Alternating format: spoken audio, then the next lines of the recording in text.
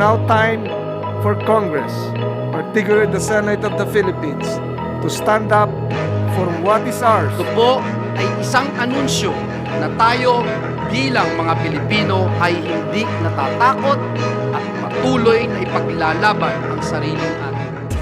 Magandang araw mga ka-aerial defense, may ibabahagi na naman ako sa inyo dahil ngayong araw na ito ay may bagay tayong pag-uusapan. 40 barko ng Pilipinas magko-convoy papuntang West Philippine Sea, mga senador tumindig para wakasan ang banta ng China. Pero bago tayo magpatuloy, wag mo muna kalimutan mag-like, share, and subscribe, paki-follow at like muna ng aming page na nasa description na ang link. Hinahangad ng mga senador na wakasan ang patuloy na pambubuli ng China sa pagpasa ng panukalang batas sa Maritime Zone ng Pilipinas. Ang Senate Bill No. 2492 ay itinaas sa Senado noong Martes ng espesyal na komite ng Kamara sa Philippine Maritime at Admiralty Zones sa pamamagitan ng chairman nitong si Senator Francis Tolentino. Now time for Congress, particularly the Senate of the Philippines, to stand up for what is ours and take this fundamental step in ensuring that our national interests in Philippine waters are protected by passing this law that will govern the seas and resources of the Philippines for generations to come. And assert our claims. Sa gitna po ng mga hamon na pinagdadaanan ng ating mga mangingisda sa ating karagatan, at para sa patuloy na pagtataguyod ng ating soberanya, ang Philippine Maritime Zones Act ay magsisilbing isang deklarasyon, isang paninindigan sa ating makasaysayang tagumpay sa Permanent Court of Arbitration sa Hague noong taong 2016. Ito po ay isang anunsyo na tayo bilang mga Pilipino ay hindi natatakot at patuloy na ipaglalaban ang sariling atin. Mr. President, we put our full support to the passage of this measure and we are confident that our colleagues will also do the same. Maraming salamat po. It is timely that this matter has reached the plenary. It's an understatement. This is not only a concern of timeliness, but truly a matter of public urgency whose consequences are too heavy to be ignored. Lubha na po ang pangangailangang kumprontahin at tugunan ang mga isyong pumapaloob dito. At kung hindi ito kagyat na matutugunan, we stand to lose so much more, Mr. President. Lalo na sa gitna na patuloy na tila pangungutya sa ating soberanya. Walang ibang magtatanggol at magigiit ng ating mga karapatan, kundi tayo-tayo ring mga Pilipino. Tayong mga binigyan ng boses at mandato ng ating mga kababayan upang gumawa ng mga hakbang sa ngalan ng pagprotekta sa kabuuan ng ating bansa. Ito nga po ang mismong kadahilanan kung bakit inakda ng inyong lingkod sa tulong ng mga eksperto ang Philippine Maritime Zones Bill. This representation was first filed this measure in this Congress with the most profound understanding of the significance of guarding our waters. While I claim no expertise on the matter, this was born out of an intense fire burning in my heart. Higit sa nagliliyab at nagpupuyos na galit sa tuwing lalapastanganin ang ating mga kababayan sa ating mismong katubigan, mas matindi ang pag-aalab sa aking puso na manindigan. If you don't have power on your side, then it is better to have the law on your side. Lubos nating naintindihan na naaayon ang ating pagsasabatas ng maritime zone sa mga kapasyahang, kasunduan at iba pang legal na dokumento. Sineselyohan lamang natin ang mga pagkilalang ito dahil sa atin naman talaga yan. Furthermore, the strategic location of our maritime zones holds implications for our national security. As we witness evolving geopolitical dynamics, it is crucial that we invest in the capabilities of our armed forces to secure our maritime interests. Thus, our Navy and Coast Guard must be equipped not only to defend against external threats, but also to respond effectively to these natural disasters and humanitarian crises that may arise within our maritime domain. In conclusion, the Philippine maritime zones are not just geographic delineations, they are the lifelines of our nation. Their proper management, protection, and strategic development are essential for the continued growth and security of our country. Thank you, Mr. President. 9 na senador ang nag-akda ng panukala. Pinaalalahanan din niya ang kanyang mga kasamahan sa maraming insidente ng pagsalakay ng China sa West Philippine Sea. Tumindig rin si Revilla sa Senado para itulak ang agarang pagpasa ng panukala. Binigyang diin din niya ang pangangailangang magsagawa ng parehong pampulitika at legal na mga aksyon upang maprotektahan at ipagtanggol ang soberanya ng bansa. Samantala, sinabi ni Villanueva na ang panukalang batas ay hindi lamang magsisilbing reinforcement of our rights as an archipelagic state, kundi magiging bahagi rin ng legal, political, at diplomatic strategies ng bansa para ipatupad ang rule of law sa maritime domain nito. Ang pagpasa ng panukala ay magsisilbi ring deklarasyon at pangako sa makasaysayang panalo ng Pilipinas sa Permanent Court of Arbitration sa The Hague noong 2016. I stand before you to emphasize the crucial significance of maritime zones law in the Philippines. As an archipelagic nation with a vast expanse of waters, understanding and upholding maritime zones law is not merely a legal obligation, but a paramount necessity for our nation's security, economic prosperity, and environmental well-being. Maritime zones law delineates the boundaries that define our sovereign rights and jurisdiction over the surrounding seas. The Philippines' exclusive economic zone and territorial waters are not just lines on a map. They are the lifeblood of our maritime activities. They provide us with exclusive rights to exploit and manage marine resources, including fisheries, minerals, and energy, Mr. President.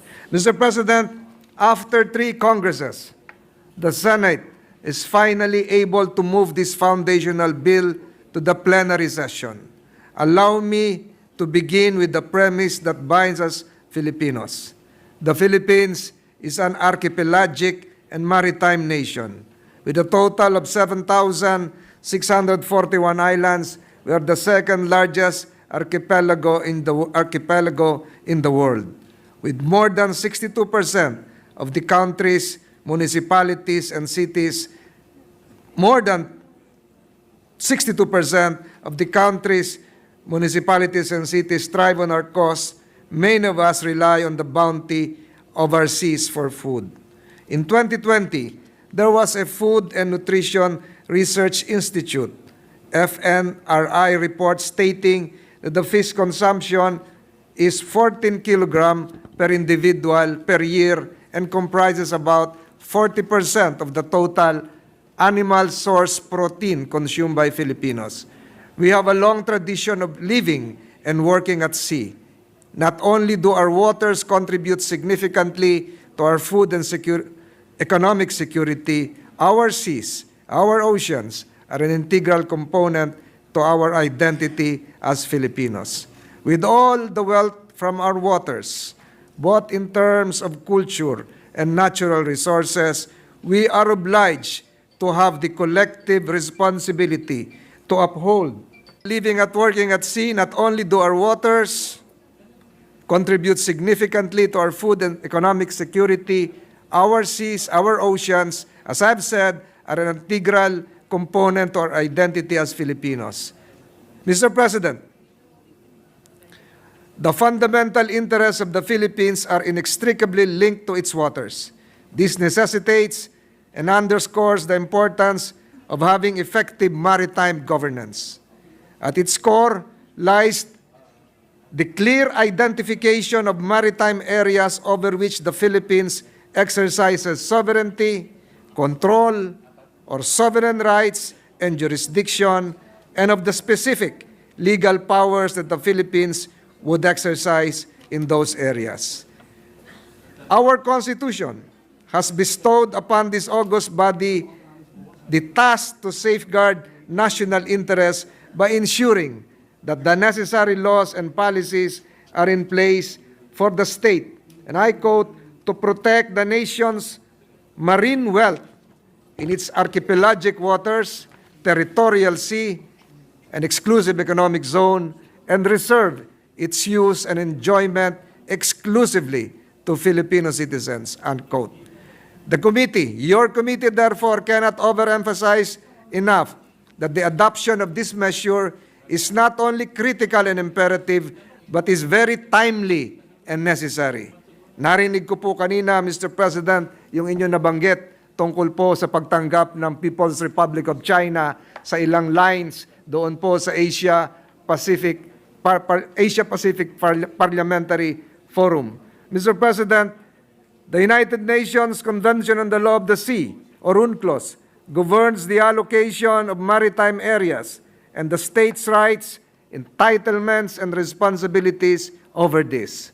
It has been more than 41 years, Mr. President, since UNCLOS was adopted, and as a party to the convention, the Philippines is duty-bound and legally bound to exercise its entitlements, perform its treaty obligations, and ensure that our domestic laws are in harmony with the provisions of UNCLOS. Mr. President, in 1998, the Philippines also declared, and I quote, that it intends to harmonize its domestic legislation with the provisions of the convention, unquote. And I'm referring to UNCLOS. In 2009, Mr. President, the Philippines made the first significant step through the enactment of Republic Act 9522, which made the baselines of the Philippines fully compliant with UNCLOS. The Supreme Court of the Philippines declared in the case of Magallona versus Executive Secretary that, and I quote, the enactment of UNCLOS compliant baselines law for the Philippine archipelago and adjacent areas as embodied under Republic Act 9522 allows an internationally recognized delimitation of the breadth of the Philippines' maritime zones and continental shelf, unquote. After the passage of the baselines law, Mr. President, the next logical step for the Philippines to take is to enact a law that will establish with certainty our territorial sea, contiguous zone, exclusive economic zone, and our continental shelf, and allow us to further understand and exercise our rights and obligations in each zone as underscored by UNCLOS and other relevant laws. The Philippine Maritime Zones Act will enable the Philippines to fully enforce applicable maritime laws and enjoy its rights over its territory and exclusive economic zone. The Philippine Maritime Zones Act will enable the Philippines, as I've said, to fully enforce maritime laws and enjoy its rights over its territory and exclusive economic zone, and pave the way for clarifying and updating maritime laws and policies which have been enacted prior to UNCLOS. This will further fortify our rights and entitlements over our maritime zones and provide the country with a strong diplomatic negotiating tool in pursuing our interests therein. In addition to this, the clear delineation of the maritime boundary of the Philippines will help relevant government institutions in harnessing ocean resources and maritime spaces that are crucial in developing the country's blue economy potential. According to a study by Dr. Rodora Azanza, the blue economy potential of the Philippines using 2007 prices is pegged at $966 billion to $1.5 trillion if the continental shelf is included. In sum, Mr. President, the Maritime Zones Law will help the Philippines in numerous ways and can even serve as our foundational policy that, 1, serves as the driving force for the Philippines to forge a comprehensive maritime security framework. Number 2, advance the Philippine interest, most especially in terms of protecting, sustainably harnessing, and maximizing the Philippines' marine resources. Third, it will provide guidance on the rights, duties, and entitlements of the Philippines on different maritime zones. And finally, it can be utilized to further the goals of other relevant maritime laws of the Philippines. My dear colleagues, Mr. President, of the many incidents of aggression from our Chinese counterparts that we have experienced recently in the West Philippine Sea. One too many incidents of aggression already, Mr. President. It is time we take a stand against this bullying, Mr. President. With the passage of this Maritime Zones Act, Mr. President, we are taking a firm stand. Maraming salamat. Sinabi naman ni National Security Council spokesperson Jonathan Malaya na 40 civilian vessels ang sumang-ayon na sumali sa Christmas convoy sa West Philippine Sea sa susunod na buwan. Ayon kay Malaya, dadaan ang convoy sa paligid ng Ayungin Shoal patungo sa iba pang piling maritime features at magtatapos sa Pag-asa Island. Sinabi ni Malaya na hiniling ng mga organizer ng Atinito Coalition ang presensya ng Philippine Coast Guard para e-escort sila sa aktibidad. Dagdag pa niya, patuloy ang koordinasyon ng mga organizer sa PCG at Western Command for Logistics ng Armed Forces of the Philippines, sakop ng Pilipinas ang 9 na iba pang tampok na pandagat na kapag pinagsama-sama ay kilala bilang Kalayaan Island Group sa paligid ng West Philippine Sea. Noong una, hinangad ng mga organizer na sumakay sa BRP Sierra Madre sa Ayungin Shoal ngunit hindi sila pinahintulutan dahil sa seguridad. Ang nakaplanong aktibidad sa susunod na buwan ay isasagawa upang ipakita laban sa paggigiit ng China ng soberanya sa halos buong South China Sea, kabilang ang karamihan sa kanlurang bahagi ng Exclusive Economic Zone ng Pilipinas. Para sa mas madaming update tungkol sa ating defense, abangan lamang ang aking mga bagong video. Para naman sa mga gusto magpa-shoutout, mag-comment lamang po at share, paki-follow at like muna ng aming page na nasa description na ang link. Huwag mo na rin kalimutan mag-like, share, and subscribe. Pindutin mo na rin ang bell para updated kayo sa aking mga video. Maraming salamat po.